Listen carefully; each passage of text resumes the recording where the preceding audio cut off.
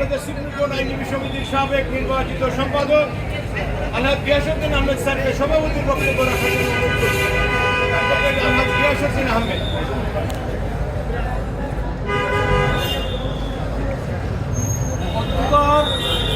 এই উপস্থিতিকে মানববন্ধনের এই পর্যায়ে সবাইকে আমি আমার অন্তরের অন্তঃস্থল থেকে সবাইকে আমি ধন্যবাদ জানাবো না। আপনাদের প্রত্যেককে আমি মনে করি একজন বীর যোদ্ধা। তাহলে 1 ঘন্টার মধ্যে একটা সাইনবোর্ড তৈরি করে আমরা সবাই এখানে হাজির হয়েছি। আমি বলতে চাই, বাংলাদেশের গতকালের যে ত্রিপুরার গতকালের যে ঘটনা, এই ঘটনা কোনো একক ঘটনা নয়। এটা একটা ষড়যন্ত্রেরই একটা পদক্ষেপ। আরও অনেক পদক্ষেপ এদের মধ্যে আছে, নীল নকশা আছে, কীভাবে বাংলাদেশ থেকে অস্থিতিশীল করা যায়। একদিন ওয়াংচু বলেছিল আমার দেশকে কেউ কেড়ে নেবে না, নেহেরু তুমি আমার দেশ নেবে না, আমার দেশ ইন্দিরাগান্ধী নেবে না, ইন্দিরাগান্ধী নেবে না। কিন্তু দেখা গেল 74 সালে লেন্দুর দর্জির সহায়তায় সেই দেশটিকে ইন্ডিয়া নিয়ে নিয়েছে। কাজে কাজে বোঝা যাচ্ছে ইন্ডিয়ার ইচ্ছা সাম্রাজ্যবাদী। সে কোনো দেশকে শান্তভাবে থাকতে দিতে চায় না, সে চায় অরাজকতা সৃষ্টি করে সেখানে হস্তক্ষেপ করার জন্য। আমি তাই অনুমান করে নয়, বাস্তব পক্ষে আমি চিন্তা করে দেখেছি যে তারা সাম্রাজ্যবাদী শক্তি, তারা কোনোদিনই মন্ত্রের অন্তঃস্থল থেকে বাংলাদেশের স্বাধীনতাকে গ্রহণ করতে চায়নি। পার্টিশনের সময় গোপাল আচার্য বলেছিল এটা একটা আলাদা পয়সা হচ্ছে পূর্ববঙ্গে, আবার পশ্চিমবঙ্গে তার হচ্ছে, এটা ঠিক হচ্ছে না। কাজে কাজে তাদের মনে এটাই কাজ করছে কি করে বাংলাদেশকে ধ্বংস করা যায়।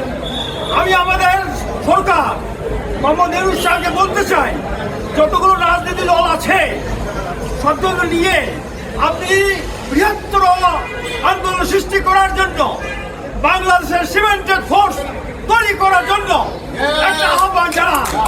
আপনি বাংলাদেশকে রক্ষা করতে গেলে বর্তমান পরিস্থিতি শুধু চিন্তা করলে হবে না, ভবিষ্যতে এই দেশকে চারিদিক দিয়ে বর্ডার দিয়ে অন্য সময় বর্ডারে তারা হিন্দুস্তানের বর্ডারে সব সৈন্য মোতায়েন করেছে, তারা রাস্তা তৈরি করে শেষ করে রাখছে, তারা আমাদের নীলফামারীতে যে আমরা এয়ারপোর্ট তৈরি করছি সেটা করতে দিবে না বলছে। সুতরাং তারা সব দিক থেকে আমাদের অ্যাটাক করার চিন্তা করতেছে।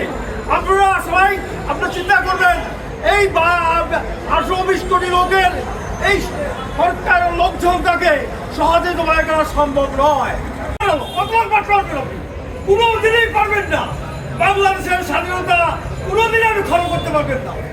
আপনাকে খেয়াল রাখতে হবে, এরা হলো মুসলমান, এরা শুধু আল্লাহ বিশ্বাস করে, তারা কারো পরিণত হয় না, কোনো শক্তির কাছে তারা পরিণত হবে না।